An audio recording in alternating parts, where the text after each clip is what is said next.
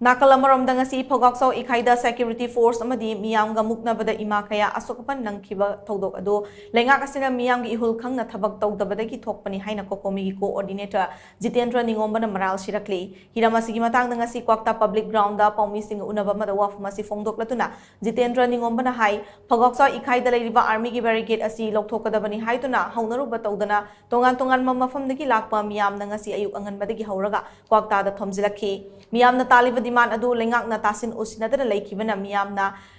khangba warakpadagi security force ka muknabagi thodo adu tholakibani security force amadi meeyam ga muknabada miyoi kya ashok apan nanghankhiba ngasigi thodo adu leingak na meeyam gi ehool khangna thabak tawdabadagi thokpani security force ki thawong asina maram oiraga miyoi kya ashok apan nanghankhiba adu COCOMI na thamoi sokna nungaite makhoi gi awa anadasu COCOMI na saruk yari haina su Jeetendra na makhataki Tungdosida akoigi aswan ana akoigi kano oigraba asopan oigraba iramdam sigi agi ima sing aduga isinok sing punamakta COCOMI na nungaitaba phongdoksari akoina angamba level su akoi honajagini aduga hairiba singsida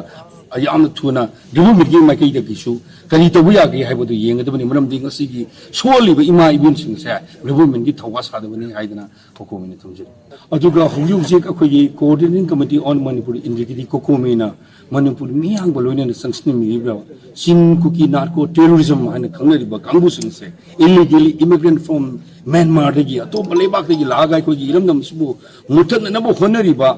kang akhuibu mutan na bo honariba kangbu sibu nanghaina na bo honarak tanja sida Manipuri miyang na honarak pa adugum lo sin narco terrorism bu mutan na bo honarak tanja sida kana gumba mi kharana magi tongan ba vested interest ni lungphom oire haraga aikoina saling kongjing sida adum na thaiba manba adum thong to khara yawsi COCOMI gi maikidegi aikoi tawjahaningde aduna leibidu pomnam na aikoina sin kuki narco terrorism gi mayok ta koi lepmina raga kongjing se sangsin minase